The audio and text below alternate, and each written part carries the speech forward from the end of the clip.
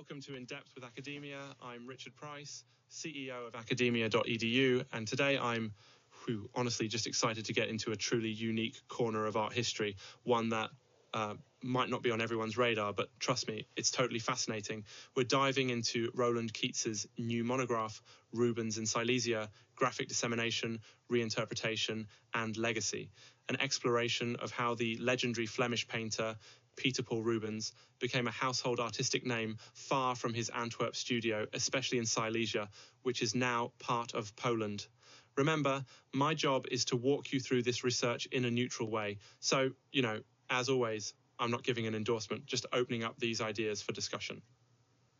Okay, so what's the core question here? Essentially, Keates is asking, how did Rubens's art, which started in Antwerp, end up shaping an entire regional Baroque identity in Central Europe, specifically Silesia? Why is this worth caring about? Well, it's really about understanding how culture travels, how even before the internet, images could go viral, transform, and sometimes even survive wars, plundering, and centuries of reinterpretation. What does that say about influence or about how art functions as more than just like pigment on canvas? Does it live on most strongly in originals or in copies and reinterpretations? That's the puzzle Keates dives in by mapping out the journey of Rubens's work. How, after returning from Italy around 1608, he quickly became Antwerp's superstar painter, as well as a kind of art entrepreneur. Rubens figured out that reproducing his artworks as engravings meant his work could travel all over Europe, including places he'd never even visit.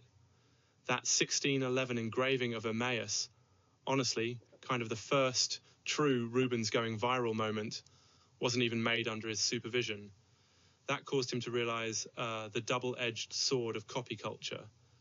On one hand, mass dissemination and fame. On the other, loss of control over quality and message. So what did Rubens do?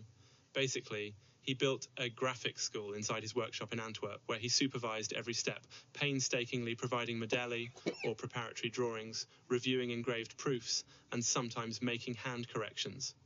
He even went so far as to secure fancy legal rights, privilegia, in both the Spanish Netherlands and France, and he actually sued copyists he felt were devaluing his name.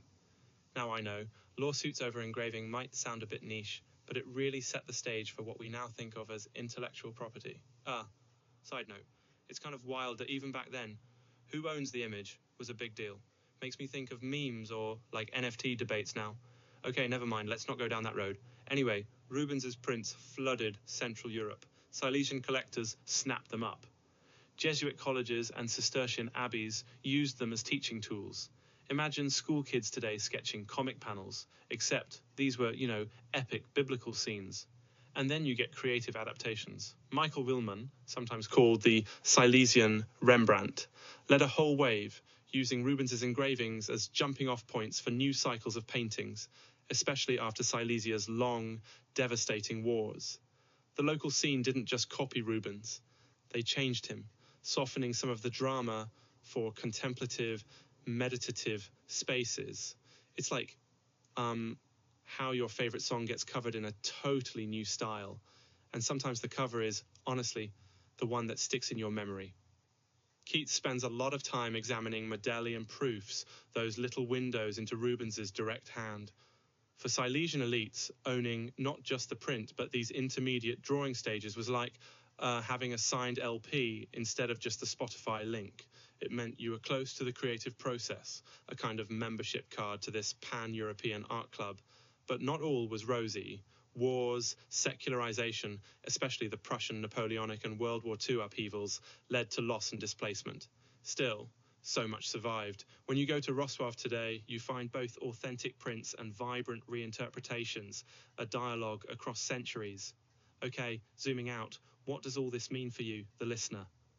Well, a couple of things. First, cultural transmission isn't just copying.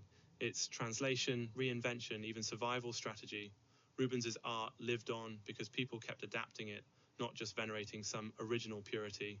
Second, the story shows that innovation's often about how you spread your ideas, not just coming up with them. Kind of a life lesson, honestly. And of course, scholarship like Keats's is not about setting an absolute truth. It's more like offering tools for us to see the world and history in new ways. So, as we wrap this up, Rubens in Silesia is part detective story, part art history, part meditation on how fame works. If you ever find yourself standing in front of what looks like a copy, remember, it might be the very heart of creativity. And hey, if you visit Rossoir's museums, now you know why those engravings and paintings matter.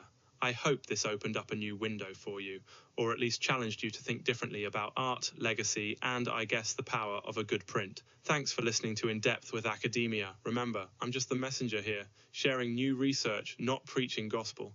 Stay curious, and until next time, keep questioning what's original and what's simply, well, brilliant in a new context.